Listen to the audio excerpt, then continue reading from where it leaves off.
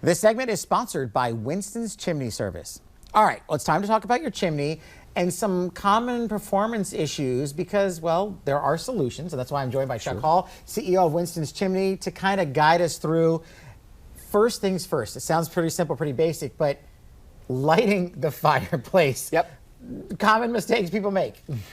The first one, you wouldn't even think about it, but it's opening the damper or opening the flue. Right. Some people don't get down there and check. And if you're going to get down there and check, I'd wear eye protection, maybe a little pair of gloves, flashlight, make sure that damper's all the way open. I mean, and guys, we're going to be basic here. I mean, is it literally moving, making sure you open the gate and looking in and up, correct?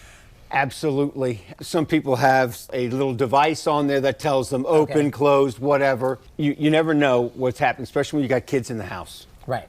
You want to keep it safe. All right, so obviously open the flue, because obviously if you have not opened the flue and you light the fire, well, the smoke is going to come right back at you, which also brings us to a point.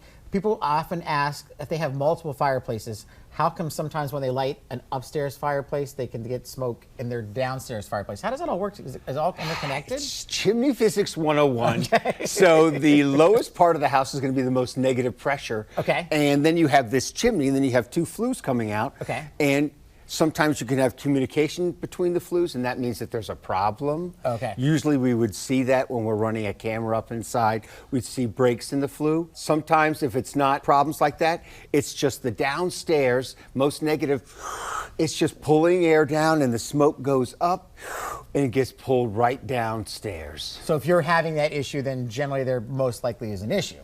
If you're having that issue and there's no cracking, and we can just do a little test with a little plastic bag. Oh, really? Simple. And then we'll determine that, and then we'll put a new style cap on there. Won't let any air down. So let's talk about, so when you have a chimney and you have multiple fireplaces, does each chimney have its own each flue? They're each separate, even though they might share a chimney. So there's a separate. chimney, Right. which is going to be the structure, and then fireplaces and individual flues or throats or ways for the smoke to go out. Okay, I like that. Let's talk about.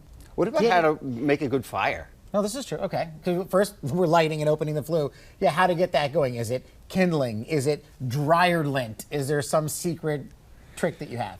Air is the most important. Okay. Air is the most important because we've been taught over the last 10 years to have a super tight house. Right. Because we're trying to keep all the heat in and all the air conditioning in. So we don't have a lot of flow.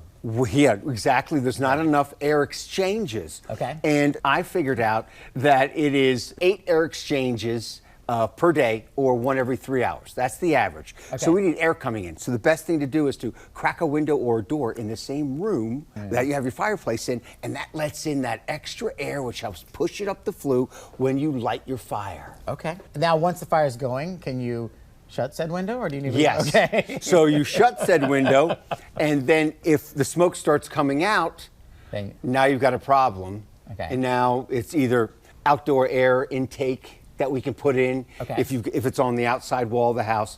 If it's a center chimney going up the inside and you have that problem, that's a little bit more difficult. All right, so these are really important things that you want to make sure that you are taking care of so you can have a safe and fun fire during the holidays. Yeah. And Winston's Chimney Service is this place to go.